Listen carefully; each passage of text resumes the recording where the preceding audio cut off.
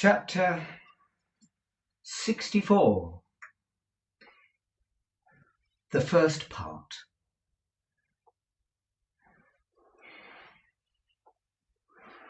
Nicholas was one of those whose joy is incomplete unless it is shared by the friends of adverse and less fortunate days.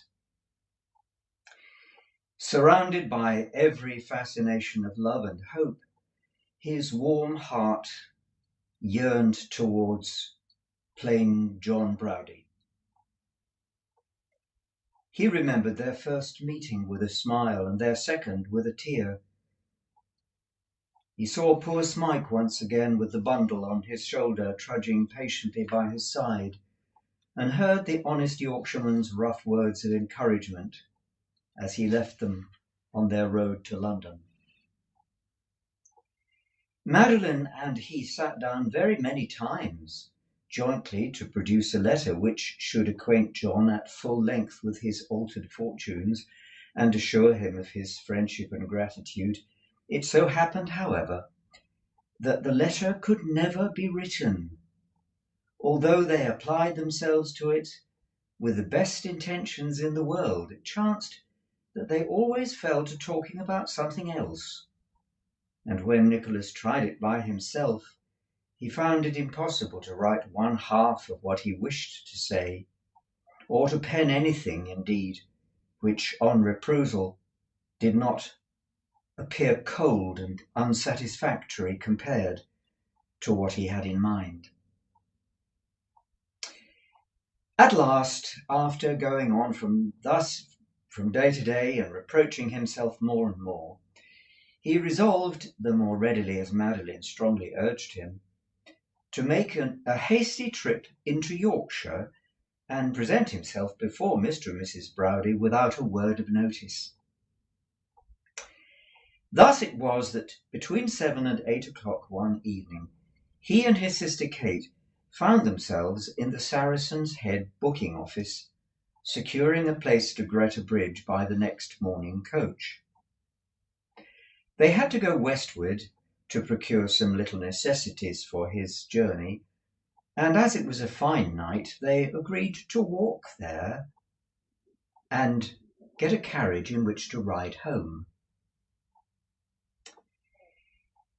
The place they had just been in called up so many recollections, and Kate had so many anecdotes of Madeline, and Nicholas so many anecdotes of Frank, and each was so interested in what the other said, and both were so happy and confiding, and had so much to talk about, that it was not until they had plunged a full half hour into the labyrinth of streets which lies between Seven Dials and Soho, without emerging into any large thoroughfare, that Nicholas began to think it might be possible that they had lost their way.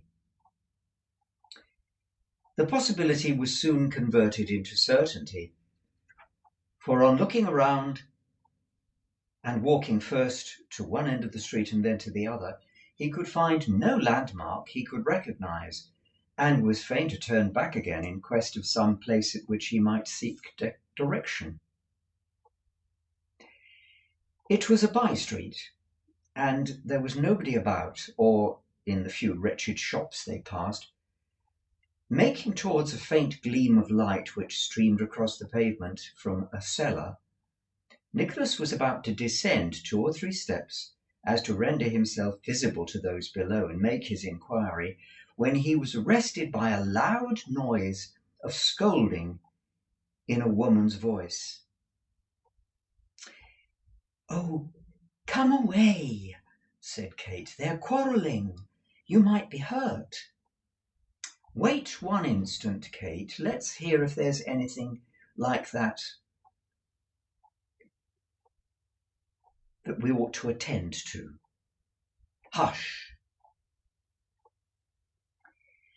"You nasty, idle, vicious, good-for-nothing brute!" cried the woman, stamping on the ground. "Why don't you turn the mangle?" "So I am, my life and soul," replied a man's voice. I am always turning. I am perpetually turning like a damned old horse in a damnation mill. My life is one horrid grind. Then why don't you go and list for a soldier? Retorted the woman. You're welcome to. For a soldier?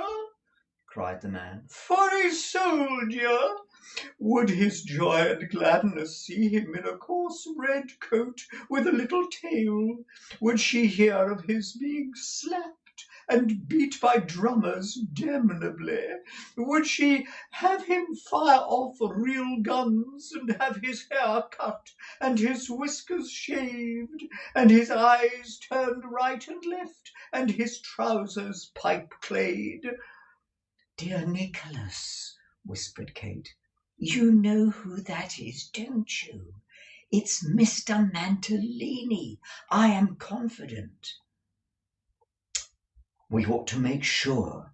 Peep at him while I ask the way, said Nicholas. Come down a step or two. Come. Drawing her after him, Nicholas crept down the steps and looked into a small boarded cellar. There, amidst clothes baskets and clothes, stripped to his shirt sleeves, but wearing still an old patched pair of pantaloons of superlative make, a once brilliant waistcoat, and moustache and whiskers as of yore, but lacking their lustrous dye, there, endeavouring to mollify the wrath of a buxom female, not the lawful Madame Mantalini, for the proprietress of the concern, and grinding meanwhile, as it was for the very life at the mangle, whose creaking noise, mingled with her shrill tones, appeared almost to deafen him, there was the graceful, elegant, fascinating, and once dashing Mr. Mantalini. Oh, you false traitor! cried the lady, threatening personal violence on Mr. Mantalini's face. False? Oh, damn! Oh, now my soul, my gentle, captivating, bewitching, and most damnably enslaving chickabiddy. Do be calm, said Mr. Mantalini humbly. I won't! Screamed the woman. I'll tear your eyes out! Oh, what a damned savage lamb, cried Mr. Mantalini. You're never to be trusted, screamed the woman. You were out all day yesterday, gallivanting somewhere. I'd like to know. I'd know where you were. Isn't it enough that I paid £2.14 for you to get you out of prison and let you live here like a gentleman, but you must go on like this, breaking my heart besides? I will never break its heart. I will be a good boy and never do so any more. I will never be naughty again. I beg its little pardon, said Mr. Mantalini, dropping the handle of the mangle and folding his palms together. It's all up with its handsome friend. He has gone to the damnation bow-wows. It will have pity. It will not scratch and claw, but pet and comfort. Oh, damn it! Very little affected, to judge from her action, by this tender appeal, the lady was on the point of returning some angry reply, when Nicholas, raising his voice, asked his way to Piccadilly. Mr. Mantalini turned round, caught sight of Kate, and without another word leapt at one bound into a bed which stood behind the door, and drew the counterpane over his face, kicking meanwhile convulsively. Oh, damn it! Oh, damn it! he cried in a suffocating voice. It's little Nickleby. Oh, shut the door, put out the candle, turn me up in the bedstead. Oh, damn! The woman looked first at Nicholas and then at Mr. Mantalini, as if uncertain on whom to visit this extraordinary behaviour. But Mr. Mantalini, having by ill luck to thrust his nose from under the bedclothes in his anxiety to ascertain whether the visitors were gone, she suddenly, and with a dexterity which could only have been acquired by long practice, flung a pretty heavy clothes basket at him with so good an aim that he kicked more violently than before, though without venturing to make any effort to disengage his head, which was quite extinguished by the clothes basket. Thinking this a favourable opportunity for departing before any of the torrent of her wrath discharged itself upon him, Nicholas hurried Kate off and left the unfortunate subject of this unexpected recognition to explain his conduct as best he could. The next morning he began his journey to Yorkshire. It was now cold winter weather. Forcibly recalling to his mind under what circumstances he had first travelled that road, and how many vicissitudes and changes he had since undergone, he was alone inside the coach the greater part of the way, and sometimes, when he had fallen into a doze, and rousing himself, looked out of the window, and recognized some place which he well remembered as having passed either on his journey down or in the long walk back with poor Smike. He could hardly believe that all which had taken place had not been a dream, and that they were still plodding wearily on towards London, with the world before them.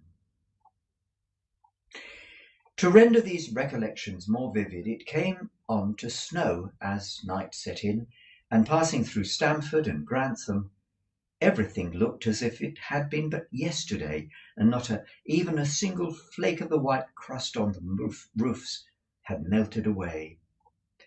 Encouraging the train of ideas which flocked upon him, he could almost persuade himself that he sat again outside the coach with Squeers and the boys, that he heard their voices in the air, and that he felt again, but with a mingled sensation of pain and pleasure now, the old sinking of the heart and longing for home. While he was yet yielding himself up to these fancies, he fell asleep and dreamt of Madeline, and so he forgot them. He slept that night at the inn at Greta Bridge, and rising at a very early hour next morning, walked to the market town, and inquired for John Browdie's house. John lived in the outskirts. Now he was a family man, and everybody knew him. Nicholas had no difficulty in finding a boy who undertook to guide him to his residence. Dismissing his guide at the gate, and in his impatience not even to stop to admire the thriving look of cottage or garden either, Nicholas made his way to the kitchen door and knocked lustily with his stick. "Hallo!" cried a voice inside. "What's the matter now? Be the town on fire? Oh, dang, the mate's noise enough." With these words, John Browdie opened the door himself, and opening his eyes too at their utmost width, cried as he clapped his hands together and burst into a hearty roar, "It be the Godfather! It be the Godfather! Tilly, it's Mr. Nickleby! Oh, give us the hand, man! Come away, in with thee! Sit down beside the fire! Oh, dang! I'm right glad to see thee!" Adapting his action to his text, John dragged Nicholas into the kitchen, forced him down upon a settle beside a blazing fire, poured out from an enormous bottle about 1/4 of a pint of spirits, thrust it into his hand, opened his mouth, and threw back his head as a sign to him to drink it instantly, and stood with a broad grin of welcome overspreading his great red face like a jolly giant. "I might have known," said John, "that nobody but thee would come with a knock as yon. Oh, that was how thou knocked at the schoolmaster's door, eh? Ha, ha, ha, ha, ha. Oh, But I say, what's this about schoolmaster? Oh, you know it then, do you? Said Nicholas. Oh, they were talking about it down in the town last night, replied John, but none of them seemed quite to understand it, like. After various shiftings and delays, said Nicholas, Squeers has been sentenced to be transported for 7 years for being in the unlawful possession of a stolen will, and after that he has to suffer the consequence of a conspiracy. "Ooh!" cried John. "A conspiracy! What, summit in the powder plot way, eh? Summit at the Guy Fawkes line?" No, a conspiracy connected with his school. I'll explain it presently. "That's reads," said John. "Explain it after breakfast now. They must be hungry. So am I. Tilly's the one at the bottom for explanations, for she says that everything's got to be a mutual confidence. That's a rum start, if you like. A mutual confidence." The entrance of Mrs. Browdie with a smart cap on, and very many apologies for their having been detected in the act of breakfasting in the kitchen, stopped John in his discussion of this grave subject and hastened the breakfast, which being composed of a vast mound of toast, new-laid eggs, boiled ham, Yorkshire pie, and a number of other cold substantials, of which heavy relays were constantly appearing from another kitchen under the direction of a very plump servant, was admirably adapted to the cold, bleak morning, and received with utmost justice by all parties. At last it came to a close, and the fire, which had been lighted in the best parlour, having by this time burnt up, they adjourned thither to hear what Nicholas had to tell. Nicholas told them all, and never was there a story which awakened so many emotions in the breasts of 2 eager listeners. At one time, honest John groaned in sympathy, and at another he roared with joy. At one time he vowed to go up to London himself on purpose to get a sight of the brothers Cheeryble. At another he swore that Tim Linkinwater should receive a ham by coach and carriage free, as mortal knife had never carved. When Nicholas began to describe Madeline, he sat with his mouth wide open, nudging Mrs. Browdie from time to time, and exclaiming under his breath that she must be a tidy sort of lass. And when he heard at last that his young friend had come down, purposely to communicate his good fortune, and to convey to him all those assurances of friendship which he couldn't state with sufficient warmth in writing, that the only object of his journey was to share his happiness with them, and to tell them that when he was married they must come up to see them, and that Madeline insisted as well, John could hold out no longer, but after looking indignantly at his wife, and demanding to know what she was whimpering for, drew his coat sleeve over his arms, over his eyes, and blubbered outright.